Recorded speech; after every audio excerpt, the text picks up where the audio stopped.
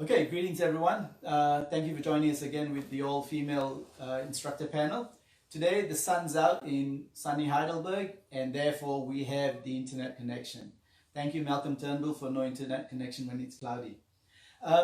Look, we're going to cut right to the chase and I'm going to introduce you to Enrica Cheung Sensei. She's a 5th dan in the Shudokan and I'll let her say a few things about herself. So I've probably been doing martial arts for a fair bit of my life, but I found in my early 20s I found the martial art that was for me and I've kind of stuck it out since. I trained for a couple of years as a regular student, then decided to go full-time, go all in and sort of live, breathe and eat Aikido. Those days training full-time, were some of the best times of my life. And I'm fortunate to be here, able to teach kids and adults, mostly at the Heidelberg Dojo and then sometimes at the Springboard Dojo when I can. And when Sensei lets me, I get to go overseas with him as well. Okay, and next we have Alia Nicole Sensei. She's had 25 years of experience. That's excluding her breaks, is that right? Yes. And she's a 4th dan. Shoot.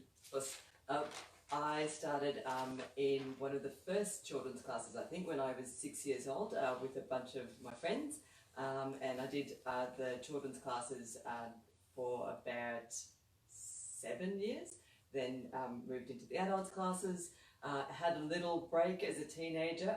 Aikido and teenagers don't always work. Came back when I was a later teenager and then trained for a few more years, went overseas, came back, trained again, went overseas again, had 2 kids, came back, and then started training again. So my Aikido's been broken up a lot with breaks and children, and I've always wanted to come back though. It's always something that I've never thought I'd finished. It was always something I thought I would come back to, and I've had the opportunity to do that. Okay, Laurie Smith next. She's a 4th dan. And Fulori Sensei has been training for 18 years. Shoes. Well, when I started training at the age of 11, Alia was heading up the children's program. I'm not that old. And I am that old. I've been training pretty much ever since. And when I finished high school, I started teaching and then working at the dojo. And it's something I went on to do full-time for about 9 or 10 years or so. And last year I finished that up and have moved on to other things, but I still train and continue to be a part of the Shudokan community. And because we're talking about gender and being a female in Aikido, I'll let you know that my preferred pronouns are they, them, but I generally am perceived as female by people in Aikido, and that's fine with me. I don't bother correcting anyone. And so because of that perception, I have kind of that female experience. So I think I can contribute to this panel in that way. Okay. Now, it's hard enough being an instructor, and it's super hard being an uchideshi, being a full-time instructor, which all of you have been. So there are many female instructors out there, but very few who've done it full-time, and fewer still who've been uchideshi. What's the hard part, and why do you do it? You want to go first, Laurie? Why did I do it? I felt like it was something that I would regret not doing. So I had the opportunity to do it. I didn't have any,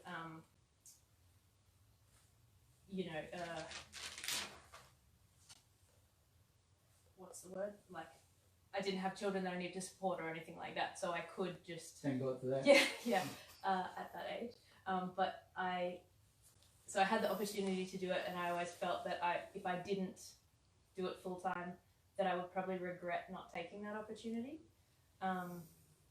And so I should just give it a go and see what happened. Okay. That's Cool. probably my All right, answer. and when we started this off last week, Alia was really upset because she kept getting the hit in the middle. So I'm going to go over to Enrica now.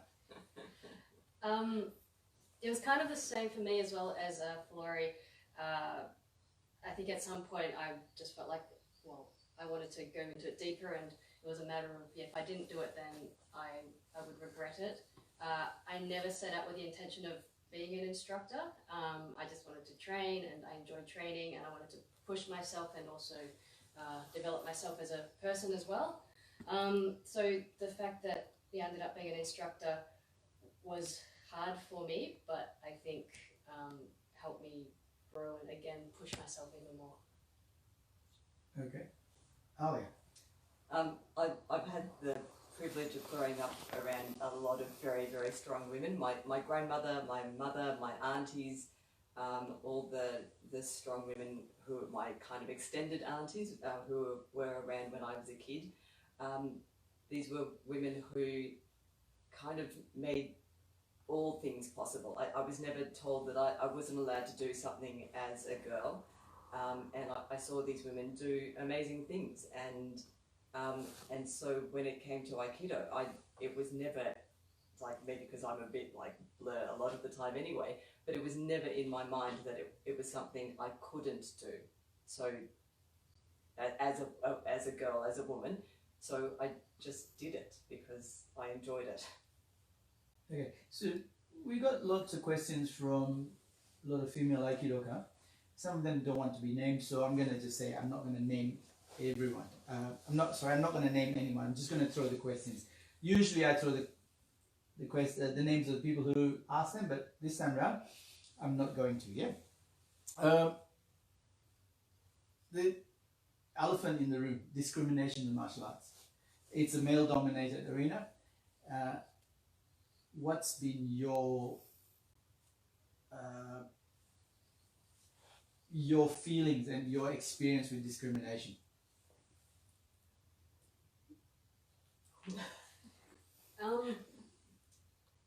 In terms of overt discrimination, I haven't felt any, and definitely there's no discrimination at the Shudokan. Basically, I feel, treated the same as everyone else.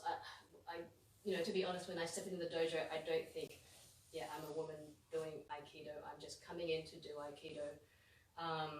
And I think that's also the way that we're treated here. There is no difference. We're asked to do the same things as men do. If for whatever reason, I don't know, there's a lot of heavy lifting that needs to be done, and maybe I can't physically do it so well around the dojo and help out, then maybe some of the guys get asked to do it. But it's just I don't see that as discrimination. I just probably would drop whatever it was that I was asked to pick up. I do the heavy lifting. She does the stuff that requires brains. You clarify that. I also, maybe this is a bit because I'm not always paying attention, but I don't think I've received any overt discrimination either. If I've seen someone be disrespectful to an instructor or to other people on the mats, it hasn't been in my experience because they're a woman or a man. It's been because that person's been a bit of a jerk, and that's just their general demeanour. I think maybe the thing that's changed for me, since I've come back to training, is training as a parent. So, and maybe training as a mother as well. And so when I take kids classes, maybe before that, I didn't always care that much of it. When I was training. Like when a kid got hurt, of course I cared, but I think now since having my own kids, I actually really, really care about their well-being. So that's what's changed for me, being being a woman, and I don't know whether that's maybe that's probably the biggest change for me. Look, I can't say I've had absolutely no experiences of discrimination, but I think that I've had a lot less because I'm at the Shudokan. If I was doing a martial art at a different school, I don't know that my experience would have been as positive as it has been. And I don't know that we'd be having a panel like this at a lot of other martial arts schools. But when I started training, there was a history of female instructors at the dojo, and you know, there was Alia, who was a senior, and before that there were people before her, and there was, so I wasn't the first, and I think that that culture weeds out a lot of the dickheads that you might experience. That being said, there has been moments when I've had people that I felt were questioning me in a way they might not have otherwise. Yeah. Okay, so interesting thing you said, like you probably didn't face the discrimination you might have felt in other dojos, right? Why not? What's different? It's probably a question for you, Sensei. No, it's a question for you. It has to be from your perspective. And I'll throw in my 2 bobs worth, don't worry about that. But yeah, what do you think? I'm asking you to hypothesize, but I'm sure you've spoken to other martial artists, you've felt other people's problems, etc. If it's different here, why is it different? I think what Fulori said, when I started training, in the kids classes, this is in 1983, one of my teachers was a woman, straight up. So you can mention Rose Richards, thank you very much. You were a big part of my Aikido life. So I was taught by a woman in Malaysia. I remember watching the classes in Malaysia at the Shudokan in Seramban. There were women training then, and there's always been women in the Shudokan from way back. We've always had that perspective and that the privilege, really, that we're learning from all people, not just from men or from a certain kind of man. We learn from a lot of different people, which is, in my mind, very much the Shudokan.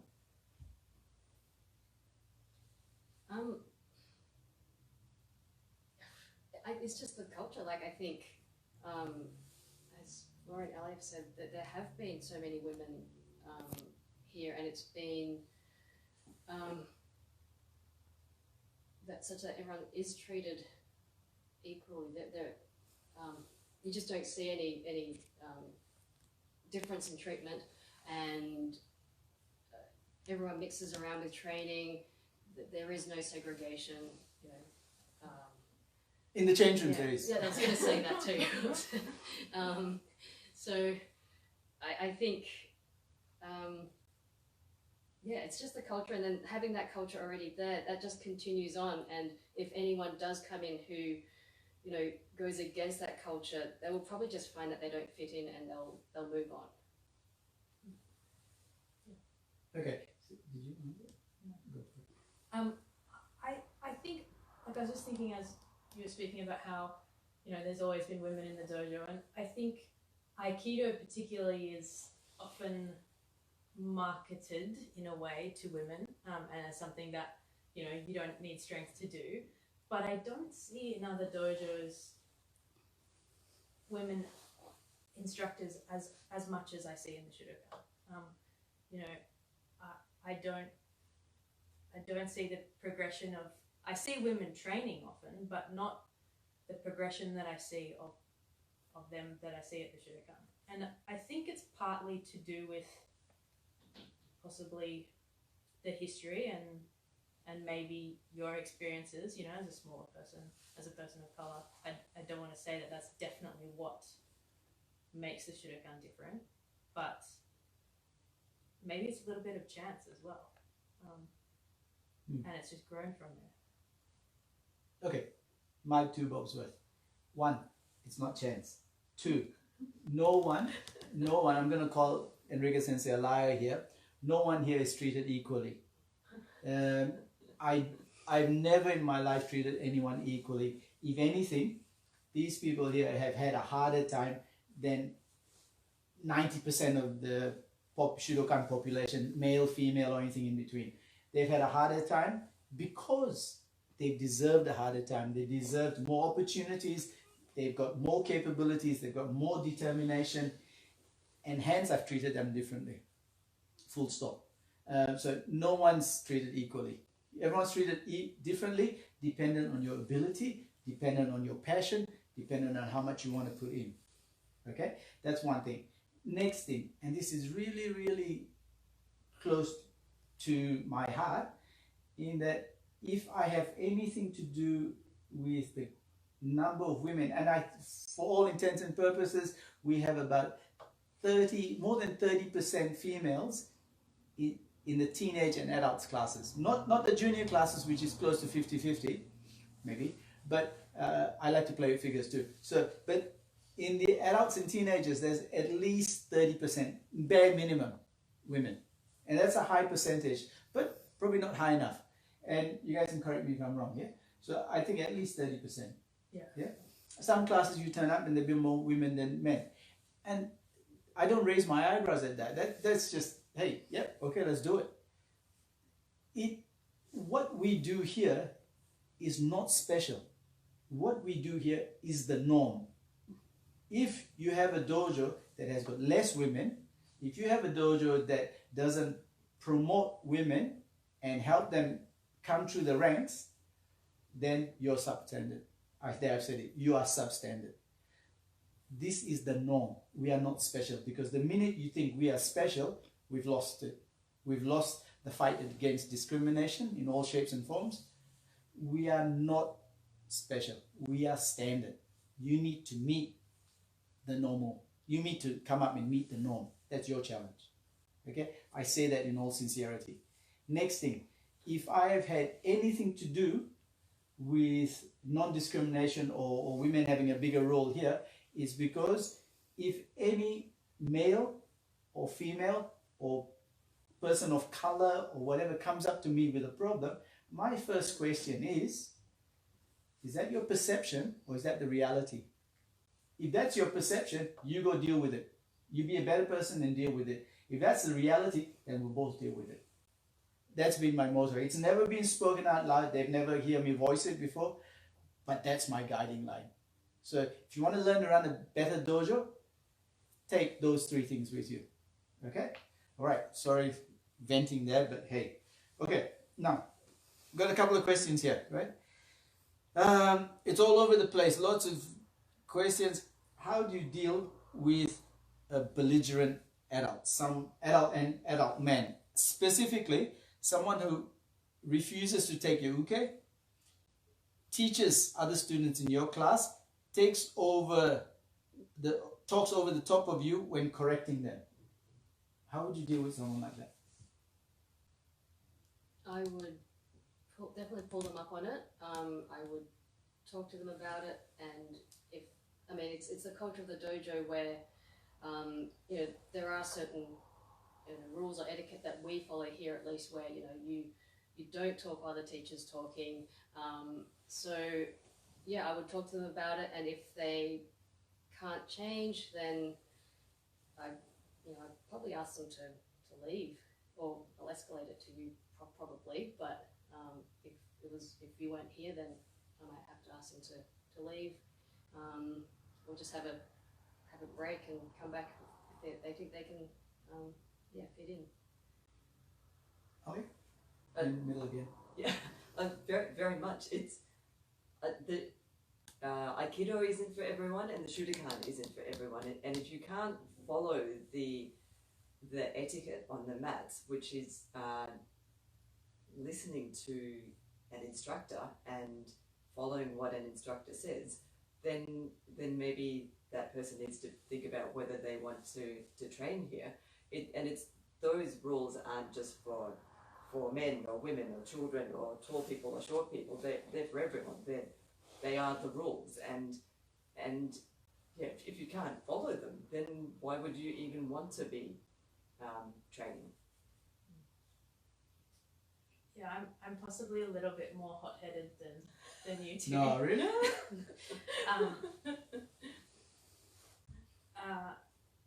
But I had an experience once where I was teaching in front of the class, and this wasn't actually in our dojo, but I was teaching and someone started speaking, and it really took me aback at the beginning, because it's just not something that happens very often, luckily.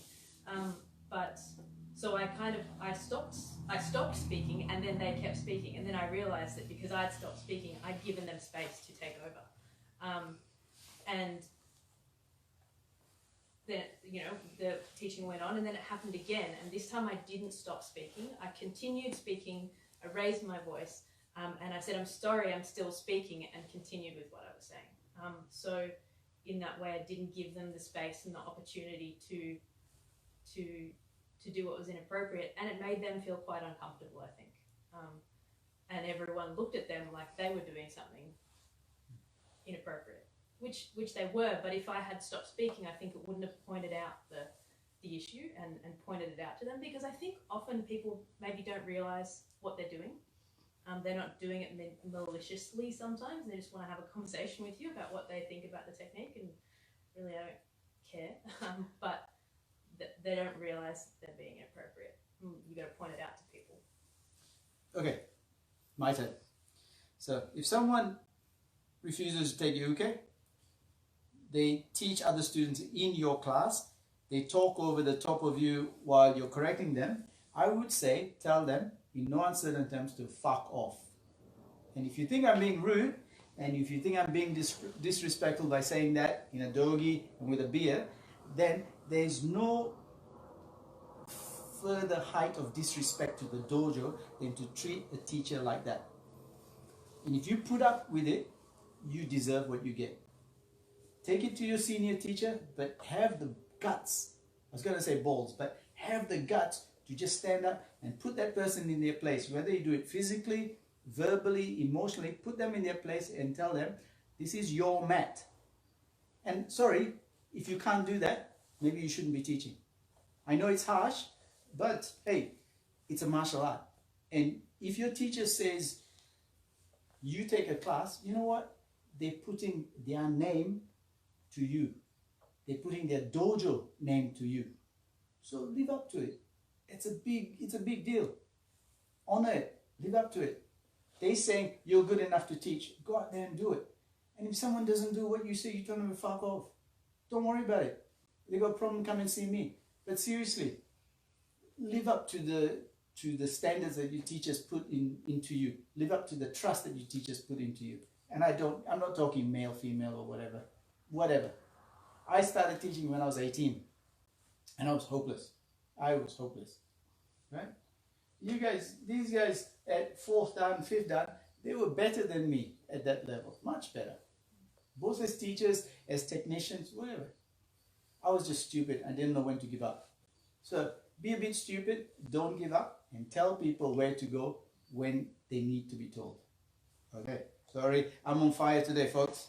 Okay, now. Can I speak Go for a bit more about that, Sensei? Like, I think possibly the reason a lot of the questions are how to deal with certain situations and how to deal with discrimination, how to deal with difficult people. And I think, it is sometimes very hard to just stand up and say fuck off. Like, and we're not, I think in society a little bit we are socialized to not be quite so aggressive.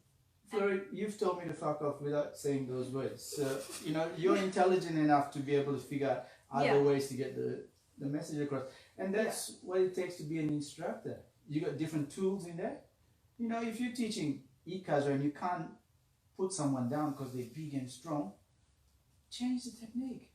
Yeah. So, just play around, do what you need to do, put them down. At the end of the day, you're not teaching ikazo, you're teaching how to put someone down, how to control someone. So do that. If I use an Aikido analogy, and you don't have to use those words per se. You've done that with me many times.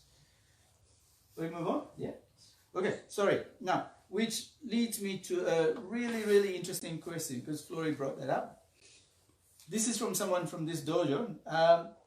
She says that she was brought up in a migrant family, and in socializing she was taught to be nice, and it's difficult to attack or throw someone when there's no body familiarity as well. Sorry, I don't quite understand where you're coming from, so I'm going to throw it to them. I think, yeah, I understand what you mean, and I see this in little girls when they come into the dojo especially.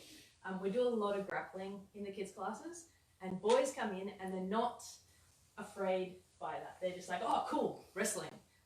But sometimes girls, especially if they don't have siblings, find it a little bit confronting. And you see it in kids as young as 6 years old. Like, they're like, oh, I have to wrestle with other people? I'm not. Oh. But after a couple of classes, they're like, wham, bam, in there. So I think, I don't know the point that I'm making, but just that I do see that, I do observe that, and through Aikido, especially the kids' classes, and the way that we run them, I think it's really great for girls and boys to be wrestling each other, and to have that experience. I think it's really important. I think some of what I've taken from that is that even unintentionally, as parents, we do that. We girls are seen to do one thing, boys are seen to be able to do one thing, and even in our modern times, that still happens. So two kids walking off the street, a girl and a boy, same age, it is usually the boy who is more willing to get in there and do the wrestling than the girl. And I think sorry, let's make it about me. So my mum is from an Asian country. She moved here when she was quite young. But when we go to Malaysia for holidays, I see that in the Malaysian culture, and I imagine that's the same with a lot of other, not just Asian cultures, but a lot of other European cultures, that women are told to behave one way, men are told to behave another way, and even if it's not an overt telling, it's in the culture. And so I kind of feel quite lucky living in Australia, that I'd like to say that there aren't those things, but there are those Just a little bit. But we are a very progressive country, and we have such a range of different people from different backgrounds, and I think we're quite lucky in that there isn't that completely polarized view of men do this, women do this. There is, it's kind of less and less and less, and I think hopefully as we go into the future more and more, that it'll just be, it won't even be an issue. There'll be, it's not even a thing.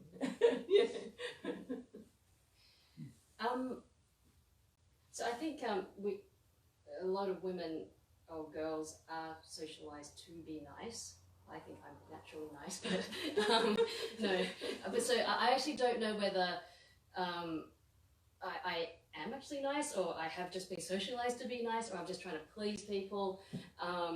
And I think having, maybe I picked up martial arts because I wanted to, find that other side, I guess, of me. But in addition to what you guys said about the kids, I've seen that in the adults too. So, we teach the beginners course, we teach a technique called mount evasion, where someone lies on their back and then someone else, sits on their stomach. And I've had so many women tell me that they find that really uncomfortable. And I think for us, the training here allows us, because we have to do it, the instructor says you must do this, so you do it, and you just go through with it, and you realize that you can do it, and you just keep riding that discomfort wave until you get more comfortable with it. And that's it. Okay, now I'm going to get a little bit personal. Not in that way. I'll start with Enrica. You did your Shodan what year? 2005. 2005, okay. And your Nidan?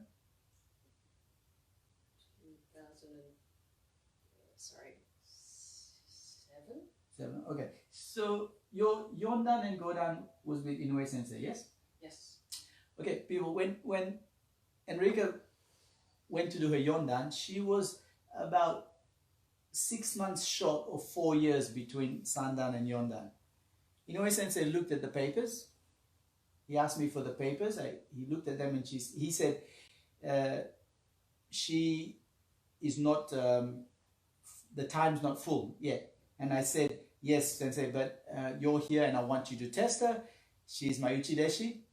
And he said, okay, she's a Uchideshi, okay. But if she doesn't do well enough, I will fail her. And I said to him, if she doesn't do better than everyone else, you have to fail her.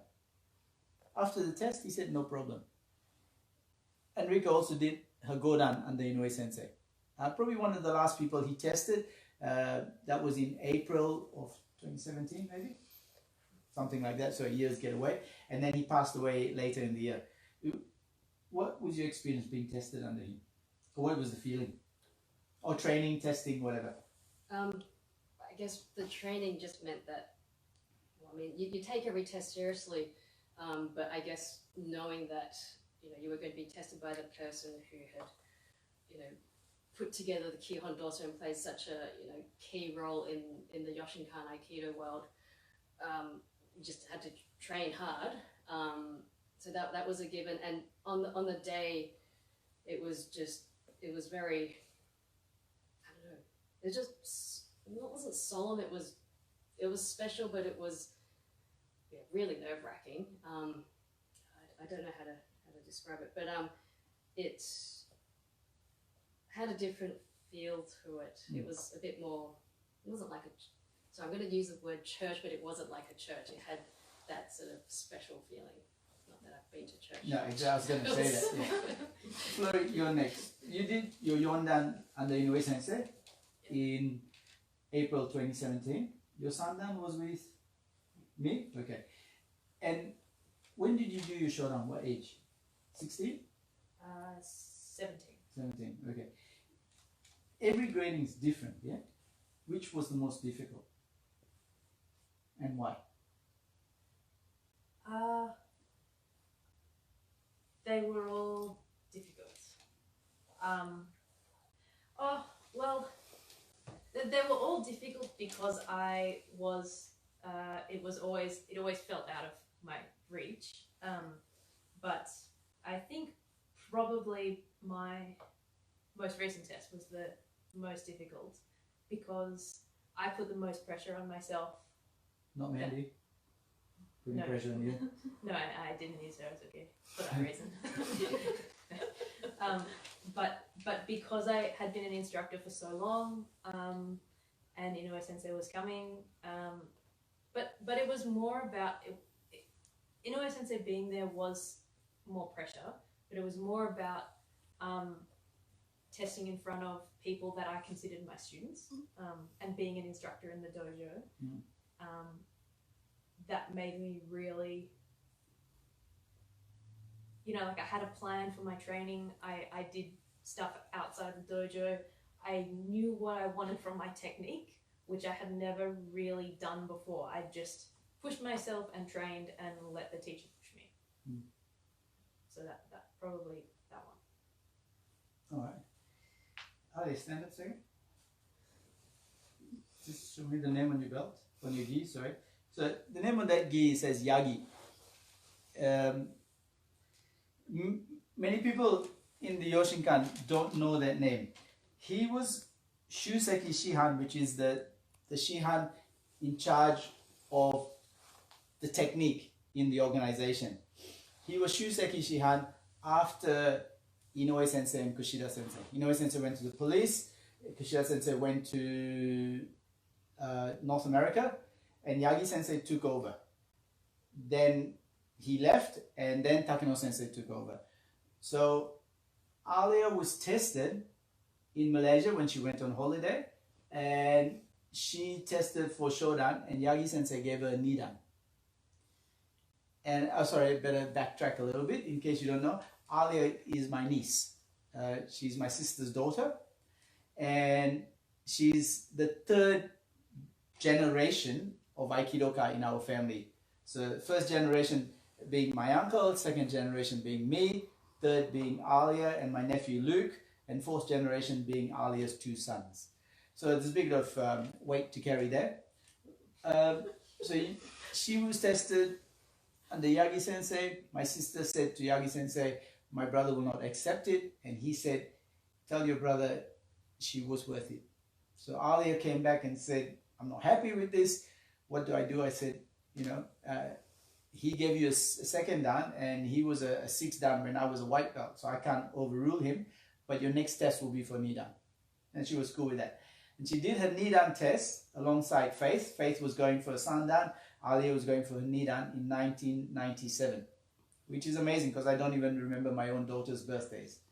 So I didn't remember that. in 90s, I broke up with Shelly that year, that's why I remember that. So in 97, she tested for Nidan. It was a really good test. And Chida Sensei in the seminar came up to me and said, she's got the best technique in the dojo. And I said, what, better than mine? And he said, yep. He did not know she was my niece. Okay? Maybe he did, and he was just sticking it to me. Then she did her Sandan under Inoue Sensei when we opened the Good Street Dojo, and her Yondan when you did. You're his partner. No. Right? Yeah, Same sorry. as mine, yeah. That's right. It was 47 degrees outside and a lot hotter in the dojo. So all of them in their own right have created their own history. Now my question to you, with all that history and stuff like that, you alluded to, your grandmother, my mother by the way. And if you want to know why there's equality in the dojo, it's because I had a very strong mother and 6 bloody sisters. You try growing up with 6 Indian sisters. You learn equality real quick. What's it been like? Not many people, even in this dojo, know we're related. Has that been a problem? Has that been an issue to carry the family thing? It's been difficult. It's been difficult to live up to the standard. 99.9% of the time, I don't think I am living up to the standard. That there are like those tiny glimpses of, oh, okay, maybe I'm not the worst person on the mats. I have those moments, but it's actually just been, I think, an honor. Actually, if anything, which is part of why it's so difficult, because it is an honor and a privilege to be part of that line, and I'm so conscious of not carrying that properly, that maybe I put a lot of pressure on myself. But yeah, I'm actually really surprised about what you said about Chida Sensei, that I did not Anyway, I'll just try and keep that keep it in. That was a long time ago. You aged since then.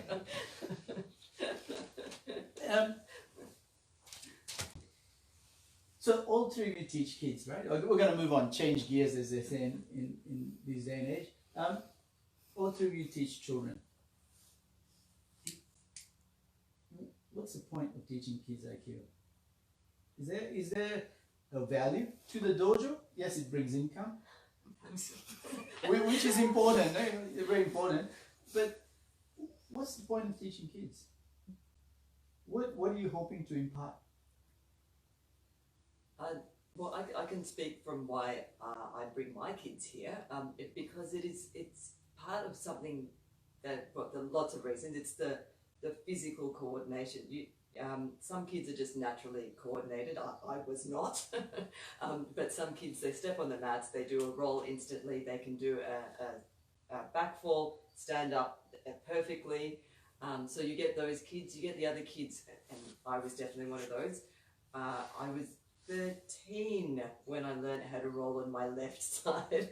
It took me 7 years to work out how to roll on my left side. So teaching kids, you're teaching them body awareness. You're teaching them stuff that they may not get anywhere else. So you've got some mats out there. Yeah, they're learning stuff that they're not going to learn anywhere else. They also learn how to be told something and shut up. There's a lot of kids who want to have an argument with you.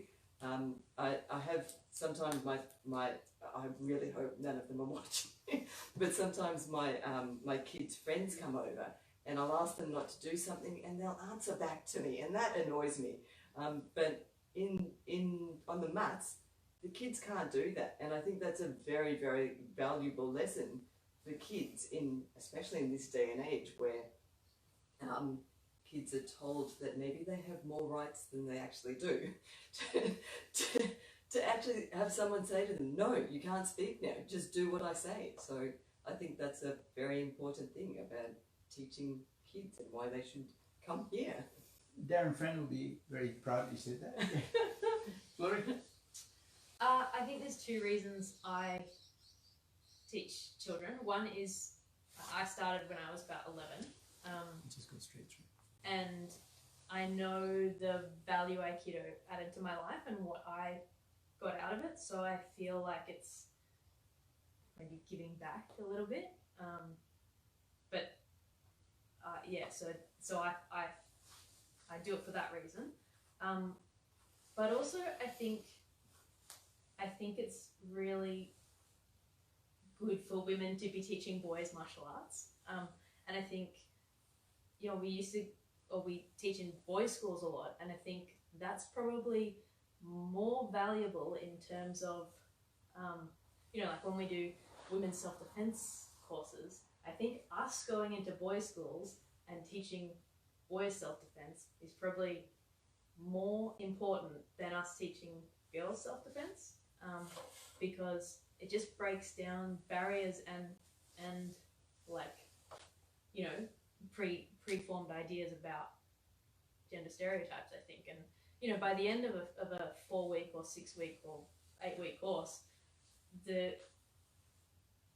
kids are like, I don't think they see you as a female instructor anymore, and they like, you know, just trying to, you know, learn how to do the technique or, you know, beat you or whatever, and I can see the change in attitude.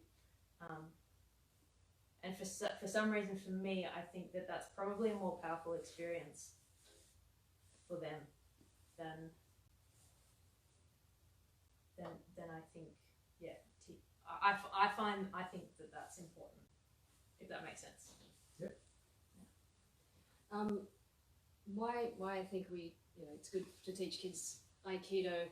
I guess there are the basic things, it teaches them respect, discipline, but also I think again, just because we treat everyone as an individual, but we don't treat them based on gender. I think the kids then maybe it's a really safe space for them just to be whoever they are, as opposed to I'm a girl, I'm a boy, whereas I don't know, but maybe they get more of that at school. So I think in terms of gender, that's why that's important. And then also just here, of course, that's, I think, sums it up. If we can teach them that, and that's all they take out of the dojo, then I think done pretty well. Okay, so my sister says I'm a better person because I have 6 bloody sisters. So there you go, to your mother's input. And everyone, we're proudly sponsored by Aikido Yoshinkan Sendokan Dojo in Toronto, in Mississauga. I had to do that because he gave me a pen, cheap bastard. Okay, anyway, the answers they gave us to why they teach kids is all very valid, and especially Fulori's, being a colored person in this country in the 80s was not easy. And, if I could prove what their friends and parents said bad about colored people on the mat, maybe that would give them pause for thought every time they met a colored person. Same with being female. If you set a strong example and then they saw violence against women, they go, no, that's not right. Or they saw someone being rude to a woman, they go, I'd never do that to my Aikido teacher. Why should they do that to that? So that's a very positive thing, you know. But really, I teach kids because I enjoy it. That is the bottom line. And well, I used to enjoy it. Okay, I lie. I used to enjoy it. I don't teach kids, and I to be honest, I get along well with kids who understand two things: threats and bribes. Kids who understand threats and bribes learn very fast in my class. What that says about me, I don't know. Okay, we're on a roll here, so we're not going to take a break. We're going to shoot straight through. There's two things. This is really hard, right? But how do you attract more women into Aikido? How do you grow the numbers of women in Aikido? That's what a lot of people want to know. And if you do grow the numbers, I want a commission. I think sometimes you need a poster girl. Are you offering? No, I'm not. No, but like when I look at when I've talked to people who join like the F45, those kinds of things, and those kind of those exercise and kind of health movements. There's often like there's one person who's got their, sorry, I'm really bad with social media and tech, so I'm going to use some words that probably don't apply, but like their Insta page or their Facebook or whatever, and they're talking about their club and about you know, and they're wearing a bikini maybe or some leotards. This is not like this is not how you sell things by wearing the.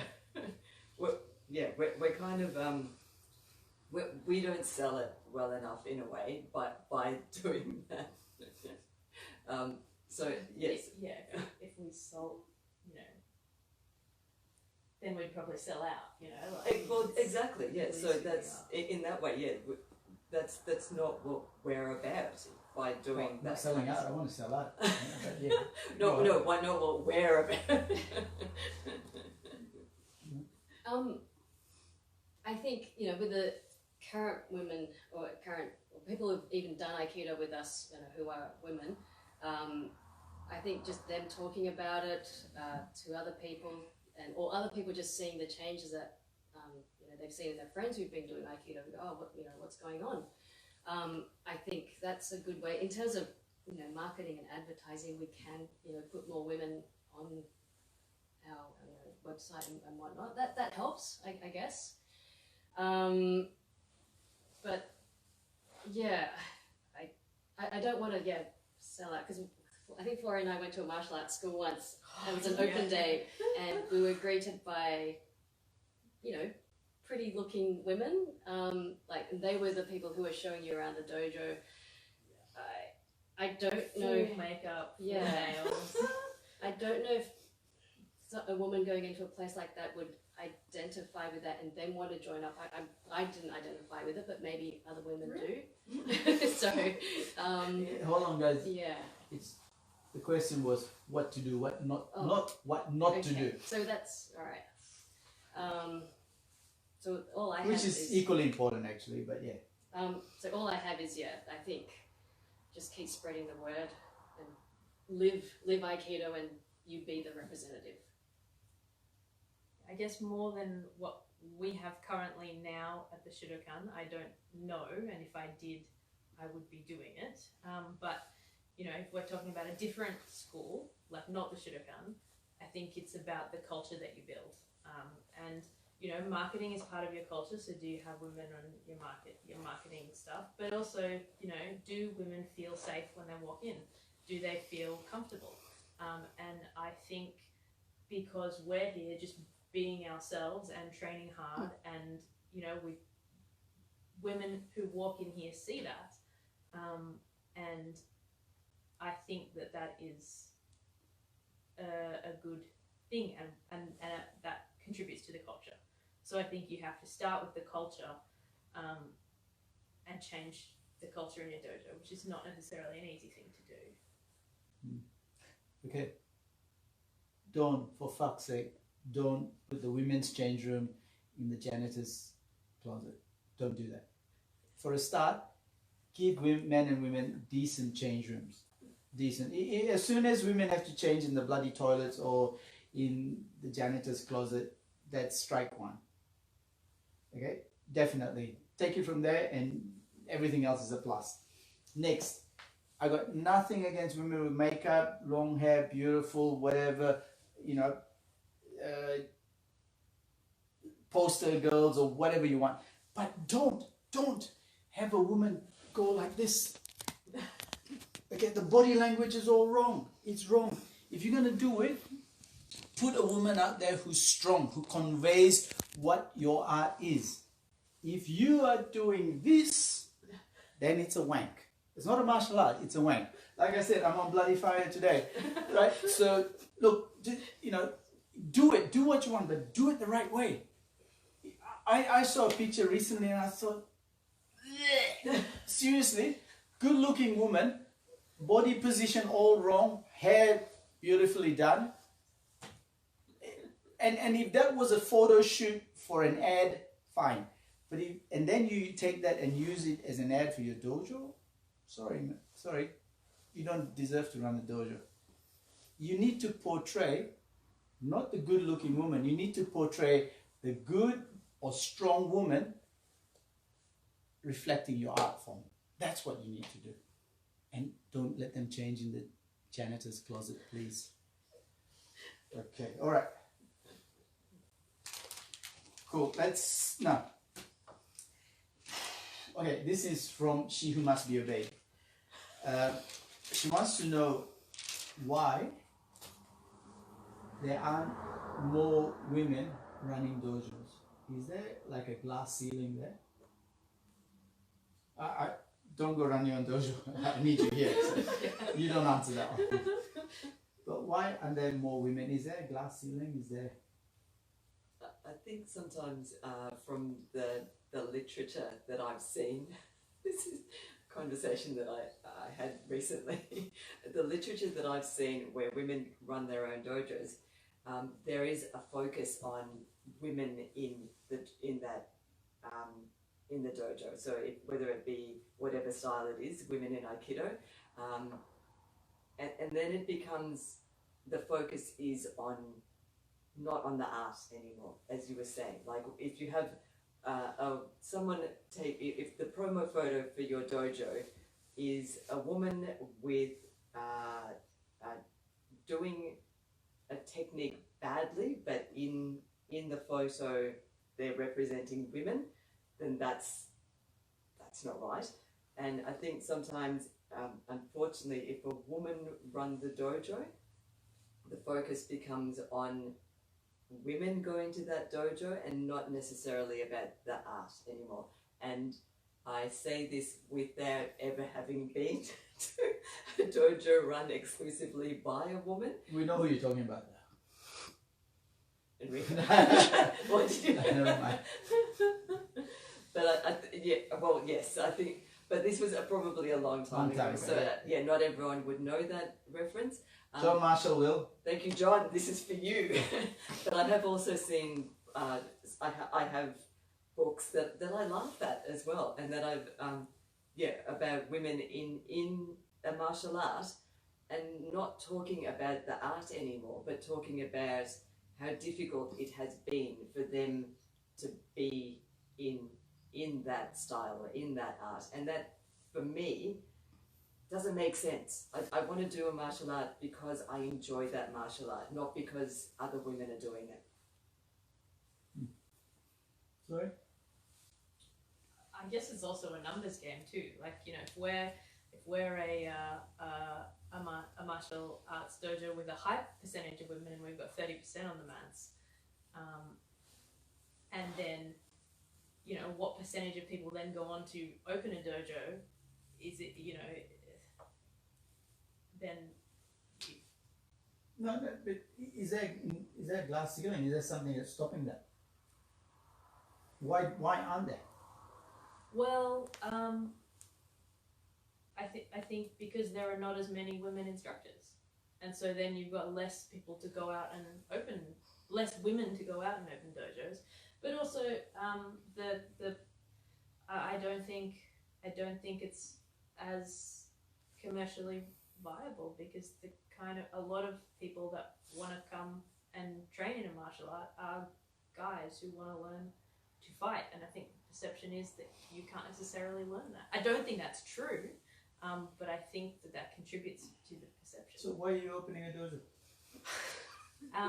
Because I want to, and that's sums it up. I want to. That's it. You know, everything else comes second. Everything else comes second. Sorry to interrupt, but that is the answer. Because I want to. Hopefully, when Corona's over, we'll be able to. Enrica?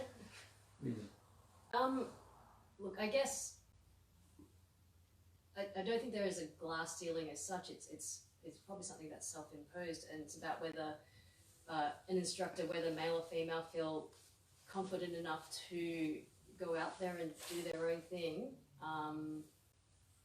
So that, yeah, and I think it's an individual thing. Though you know, when you open your own dojo, then and you're, I guess, communicating with all your other peers who also run their own dojos, they're most likely going to be male. So it's a matter of, I think, whether you feel comfortable with that or not as well.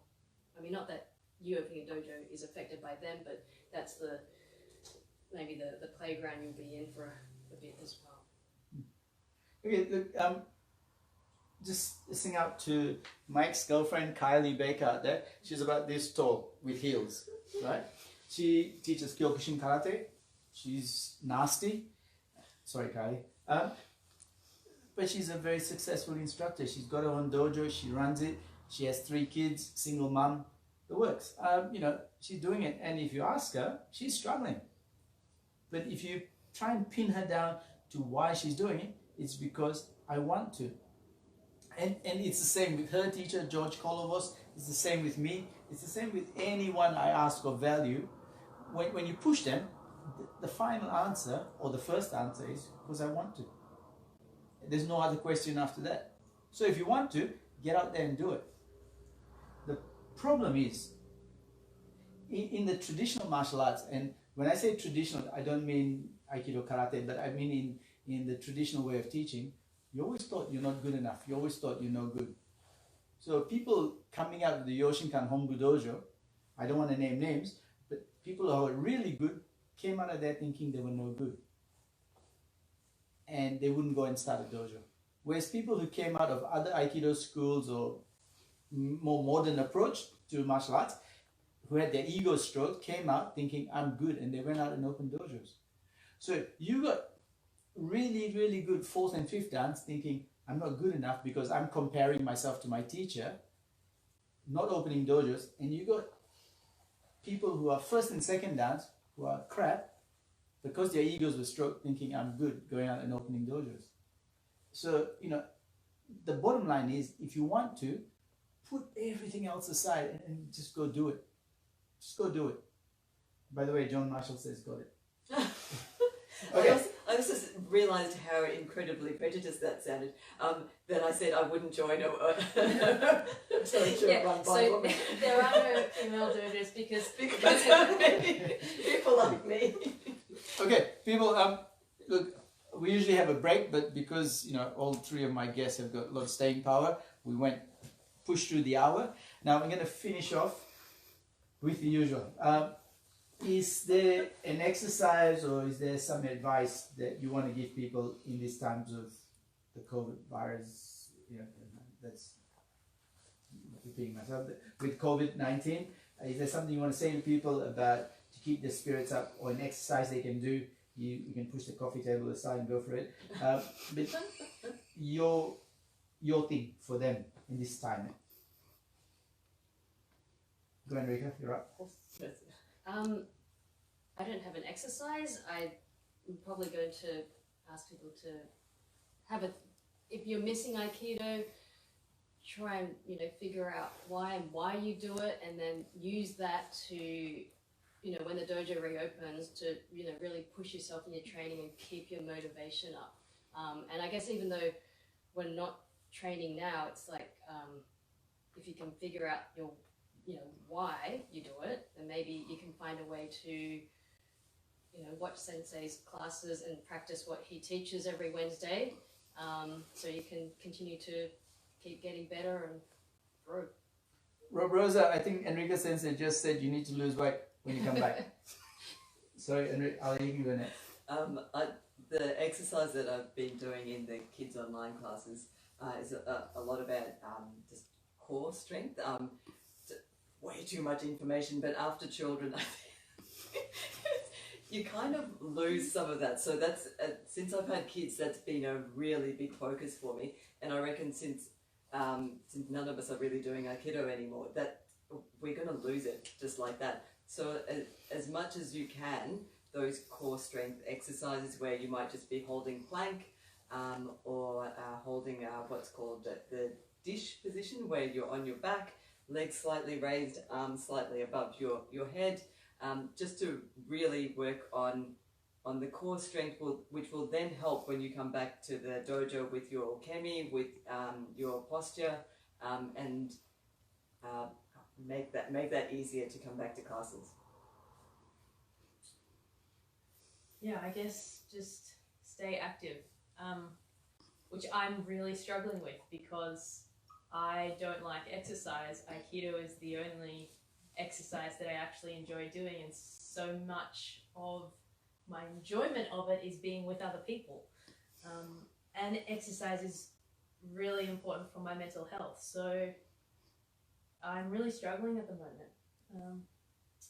But like we had this conversation the other day about why, and so for me, now I'm trying to just remind myself that I want to be fit enough to not die when I come back on the mats, because I enjoy doing Aikido.